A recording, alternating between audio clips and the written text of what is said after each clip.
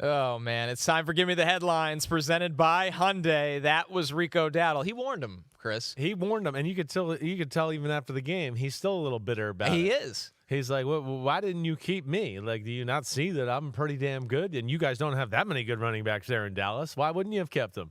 Right? So that was good. That was a great story. I always love seeing a player kind of get the last laugh. Yep. Panthers upset the Cowboys 30-27 in what's the headline here? Oh, well, I think there's a couple options. There is. It's Rico's revenge by Rico was being suave. That's what is happening. There it is. Rico Suave gets Rico's revenge. I mean, yes, he's the story of the game. The Carolina Panthers, their offense being dominant. Did you hear that? Carolina Panthers offense being dominant. I haven't said those words since Jake Delhomme was the quarterback of the Carolina Panthers. Or maybe That's Cam Newton, I should say. Sorry. Sorry about that. Sorry, Cam. I definitely haven't seen that or said that since Cam Newton was the quarterback of the Carolina Panthers. But I think with the Carolina Panthers, we know it starts with their running game, obviously. And their O-line is special.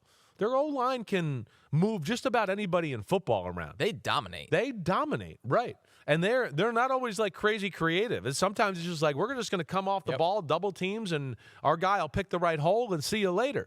But they had their way against, a team that we know can move the ball. Dallas's offense was fun to watch yesterday too. I mean, they have to score 30 every game or they can't win. That's apparent. But, yeah, it's the players on the Cowboys are overrated. The scheme's not helping them out very much either. Bryce Young's getting more comfortable playing quarterback. He makes a few plays every game. Threw the interception in the game yesterday, but it wasn't his fault. Teteria McMillan should have caught the ball. It was a slant route that popped up in the air. Other than that, he made the right plays that way. So, yeah, good win for Carolina Panthers. And, yeah, good for Rico, and that run game is definitely one of the best in football. I think what's crazy, too, when you look at the run game right now, they have multiple offensive linemen that are hurt. Yeah, they're not even totally full strength right now. So they're just, like you said, kind of out-scheming, but really just out they're bullying. They're teams. Bullying. You could do that to Dallas, like you said. That's the problem. That's the problem. Dallas is not big enough. Their linebacker play is not good enough. I don't think their safeties are all that in a bag of chips either. So, and then, it doesn't look like schematically they know exactly what they're doing at times with run fits and coverage and busted coverages and all of that. It's just Dak Prescott's playing about as good as anybody in football. It's him and the receivers trying to make it all happen. It's all on them, right? So we'll see where this goes, but George Pickens was phenomenal once again. He's going to get paid. Superstar. Yeah. I mean, him and CeeDee Lamb, when they get back together, that's going to be unbelievable watching them together. But, yeah, that Dallas defense and, trading Micah Parsons for Kenny Clark and making comments like we did it because we got to stop the run and you're the worst run-stopping defense in football or the third worst, not a good look for the Cowboys. No, not at all. It was a tough one for the Cowboys front seven all around. The next one here, Chris, the Patriots continue their winning ways in the Mike Vrabel era. They beat the Saints 25-19. What do you got for this one? Hey, I just met you. But call me maybe. There it is. Call me maybe. That's right. We're going to little pop charts there. We had a bunch ready because I come up with these a little bit back in the viewing room and Pete test them out like your test audience. them out. We say them to everybody. Yeah, sometimes they laugh. Right. Sometimes I go, you shouldn't have laughed, or we're too old in here. Nobody's going to get that except us old people here. Right. So all of that. But blown out of the water by Drake Maye and what we've seen, really. I mean, every week it gets better and better, and here we are 2 games in a row where it's like, no, the Patriots won the game because of Drake Maye. I mean, Drake Maye is making plays that is carrying the offense and putting them above and beyond in a game to get the ball in the end zone. I think that's what I'm impressed by. His ability to throw the ball down the field, his ability to extend plays, his ability to run are, we said last week, very Josh Allen-like. Might do it a little different way, might look a little different, but it's still getting the same type of results, and I think that's what's amazing right now. So the Patriots, they're kind of rolling right now, and there was a lot of bad calls or lack thereof calls in this game too that didn't go on their way, and they still held on. It was a weird game. I felt like it was a weird day in reffing really 2 weeks in a row here. But the other aspect too is the Saints I think are a little more talented than maybe I gave them credit for, right? And you see, I mean, Spencer Rattler played good. Spencer Rattler you give him time with those receivers they got on the outside. I don't care if you got Carlton Davis or Christian Gonzalez or not. They're going to be hard covers man-to-man. And I know the Patriots are missing starting safety, right? So they had to play, Duggar, who's not the best in coverage. And that's where I would want to see a little bit. Did they have to change what they do in the secondary a little bit because of the injuries? I don't know. But, man, Josh McDaniels has got Drake Maye in a place right now where you just go, watch out. Right? Vrabel knows how to manage the overall game. Josh knows how to manage the quarterback and the offense. And they got Drake Maye believing in themselves. And one of the things I said at halftime last night for Drake Maye, to me, is his presence or his feel in the pocket. Like last year, and you see here his passing chart. There's the big touchdowns, the blue lines down the field. Everything else is to what I was talking about. It's short to intermediate. Josh McDaniels managing the quarterback and the offense and then going, now's the time to take a shot. Now's the time to do that. Or it's a play where Drake Maye just extends the play and he goes, wait, somebody's deep. I'm going to make a play and give him a shot down the field. But like Drake Maye, okay, last year it would have been the feet all over the place. If nobody's open, it was look at the rush. Oh, no, what do I do? Feet all over the place.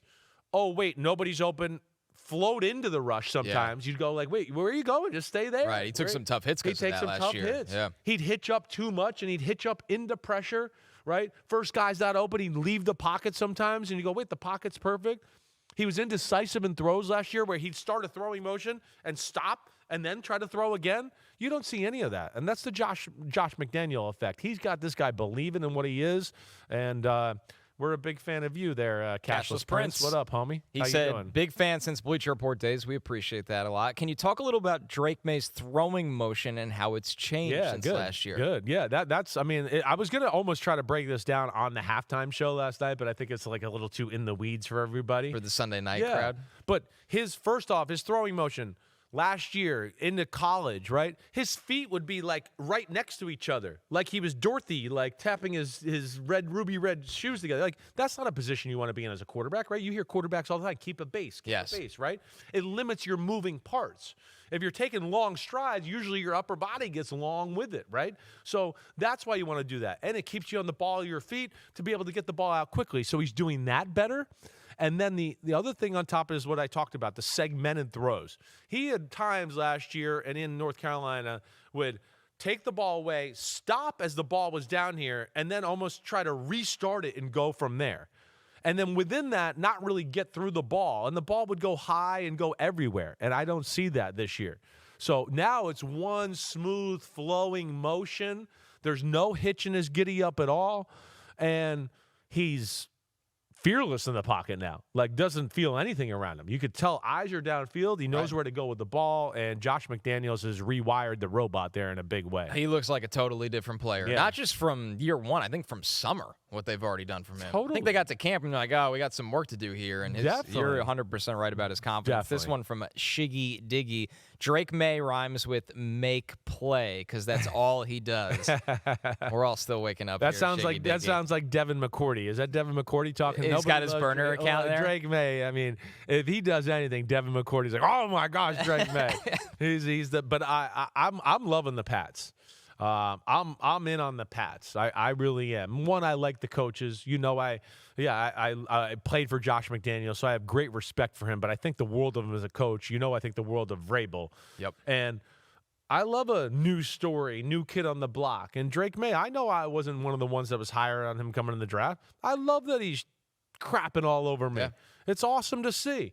Let alone the way they're playing and the Patriots bouncing back from the Belichick era and everything like that, I think is all really cool. And, yeah, they're a playoff team, the New England Patriots. As we said last week after the Buffalo, when the Patriots have a serious chance to get on a roll here, and they start that or continue that by beating the Saints. All right, we asked for the Chats headlines for the Broncos win over the Jets. Or I was going to put you on the spot here because it's your Jet football team. I wanted to know if you wanted to make anything. Do we got anything good from the chat? So Grounded Jets is on here from Alex. We have Jets forgot to fuel from Chuck K. Okay. I actually, this isn't even a headline, but I like the point from Jags. The Cards and Jets have backup quarterbacks that are better pocket passers than their starters. Well, that is a problem. That's a long headline. Yes, Jags did say kamikaze Jets, but we do like that. That is okay. Correct. We might have had it. From K Gemma, Fields of Screams. Oh, I like that a lot. Instead of Fields of Dreams. And this is a good one right here. Connor, how's your sanity right now? The other 31 fan bases are concerned. I mean, it's really good. You know what's crazy? We're all concerned about the Jets fan base. What's crazy is you watch the game and 50 things drive you nuts. And then it gets worse in the post-game presser. Yeah. That's what bothers me. Yeah. Like Aaron You're Glenn, not winning anything. I know he's learning on the job. Right. But it's a fair question to ask him. Should you, or are you considering going to Tyrod Taylor? Right. My take was after the game, the Jets win this game. I saw your take. If they go to Tyrod Taylor in the second half. Couldn't agree with you didn't more. need much. I just felt bad for the defense because they've had a bad year. They took it personal. They stepped up again. They played really well. Denver really did nothing. Right. And the thing is, Sean Payton, I think, got to the fourth quarter and all of a sudden knew, okay, we don't actually have to do much here. Punting back to them, and the Jets needed 25 yards for a field goal. And they knew they couldn't get it. Yeah. They knew they could not get it. It's incredible. With Justin Fields. What was our headline? Let's just make that a Fields of Screams. Fields of Screams. I love that. That's definitely the winner right there. Yes. All right. Nice job, K Gemma. Way to go, K Gemma. Who's always in the chat. Yeah. All right. And here's Tommy Tedesco. I'm with you too, Connor. I said it this morning with Florio on PFT. If I'm the Jets, I'm changing the quarterback. It's the worst passing offense in football. It's really not close. I was going to say, what's even? It's not close, else. Right? He's the worst thrower of the football in all of the league. It's really not close. So inconsistencies, doesn't see the field well. He's got the ugliest motion in the sport. The elbow comes up, then he tries to rethrow it. He's another guy that's kind of segmented in his throw a little bit, right? That's never gotten out of it. But yeah, what can you hang your hat on right now? Like you said, we just needed like 3 or 4 throws and the game's over. But they can't hit anything. Kurt Warner tried to softly allude to it during the game. And he was slowly losing his patience. He was slowly losing his patience. I wish he would just come out and said it and put it on a spotlight a little bit more. Like, it's okay to go, hey, the guy that's making $20 million a year is back here. You see this. We're seeing guys open with some of the views. You're like, that guy's open. Like, what's he doing? He's not even looking. He's looking at the rush too much. Yeah, I think Kurt Warner could have maybe pointed it out a little bit more, right? But yeah, there's misreads, looking at the rush too much, looking for greener pastures where I go, and this happened. I remember I said this in the preseason when they played Green Bay. He ran for that touchdown on the right side. I said there was a guy open on the left. He turned down the throw. Like, him running for that's not realistic NFL's regular season type of stuff, right? You can't turn down a throw and go, well, I'll find a better one. No, sometimes in the NFL, only one guy's open. And I think he's turning down throws because he doesn't trust where the ball's going to go. Like we saw on some of the out routes late in the game where it's like that should be a slam dunk completion to Garrett Wilson. The one at the end of the game. He gets him killed. He gets him killed all the time. The one at the end of the game, if he throws it on time and throws it accurate, it's going to be like he can catch the ball and run up the sideline. And the Jets win the game. And they're going to win the game. But instead, he waits too long and then throws it way behind him to where you can't even catch the ball, where I want to go, no. Like, high-functioning quarterback, that ball's caught and turned up the sideline for another 15 yards, and the game is over. That's it. So that's what stink, and Tyrod Taylor would hit all those throws. Yeah. All of them. I don't have any doubt about that. Remember when I told you I went to camp, and I was like, well, Tyrod threw much better today. And all I heard through camp. And everybody else I talked to that was there every day at camp said it was like that every day. I know. That's what I heard. We've had those combos. I think Aaron Glenn cost the Jets an upset win yesterday. A game they were a 7.5-point underdog, and they should have won. They should have won because Denver was another team at sleep at the wheel. Yeah. It felt like they were still celebrating their Eagles win and going, oh, we're just going to beat the Jets. First off, and then one more point on Fields. Like, you hold the ball. You're playing the team that sacks the quarterback more than anybody in football by a long shot. 9 yesterday. Right. So you would think there'd be urgency to going into the game already to go, wait, I can't hold the ball against this crew. They're going to get after us. But having said all that, we said enough about the Jets. I'm sick of talking about them. They're not good. Just in, all right? Yeah. I had no idea. The Broncos, though, the D is real, as we see. They can do whatever they want for the most part. But the offense, I continue to worry. One, I know Sean Payton's awesome offensive genius. I'm not blown away by what I see on film schematically from Sean Payton. I'm not like, oh my gosh, this is like I do with some other guys that you hear me talk about where I go, man, Liam Cohn and Ben Johnson and Shanahan and McVay, they do some things every week where I'm like, whoa, that is awesome play. I don't even know what that is. I got to watch this a few times to figure out what they're reading, whatever. I don't get that sense. And then I will still stand by that. I feel like they're still missing one explosive player on the offensive side of the ball. It's just too much work. And if it's not Cortland Sutton, you're just kind of like, who's it going to be? And he had nothing yesterday. And nothing. And that's where you worry about it. So he disappeared.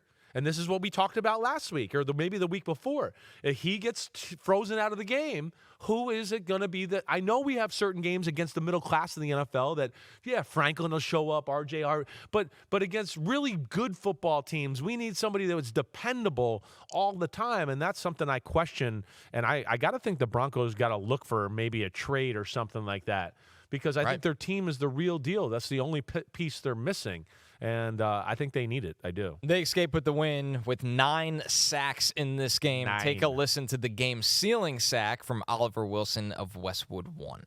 4th and 7 for Justin Fields and the New York offense. 2 points is all that is needed to tie this ball game up, but they need to convert from the 44-yard line. 1:14 to go. No timeouts remaining. 4th and 7 with the ball on the right hash mark as Fields takes a snap in the gun. Pressure coming again. They're going to get a hand on him as Fields tries to squirm away. But Jonathan Cooper, the first one there, to bring him down in the backfield once more. Brandon Jones, I think it was, arriving as the cavalry came to meet Fields. And that will surely do it now for New York's chances of any sort of victory. And 0-6 is calling for the Jets. And they just continue to have their wings clipped by this Denver Broncos defense. Oliver Wilson. I like it. That's good. Man, good energy. We need some more English accents on NFL football. I agree. That was well done. It really well. He brought was the well energy done. for it. He brought the energy. He had a few little phrases there that I was like, oh, that sounded good. 0-6 is calling. Yeah. That might have been the other headline. There you go. You're right. You're right. Yeah. London calling. No, 0-6 is calling. Fields screams. I've had enough of the Jets as well. That was Gimme the Headlines presented by Hyundai. Yo, homies, it's time to watch some games. That's right. We're on to the NFL season here with Chris Simms Unbuttoned. Hit subscribe to get our weekly picks, Sunday night recaps after every game, and much, much more. Thanks for watching. Peace out, homies. Remember, subscribe. Peace out.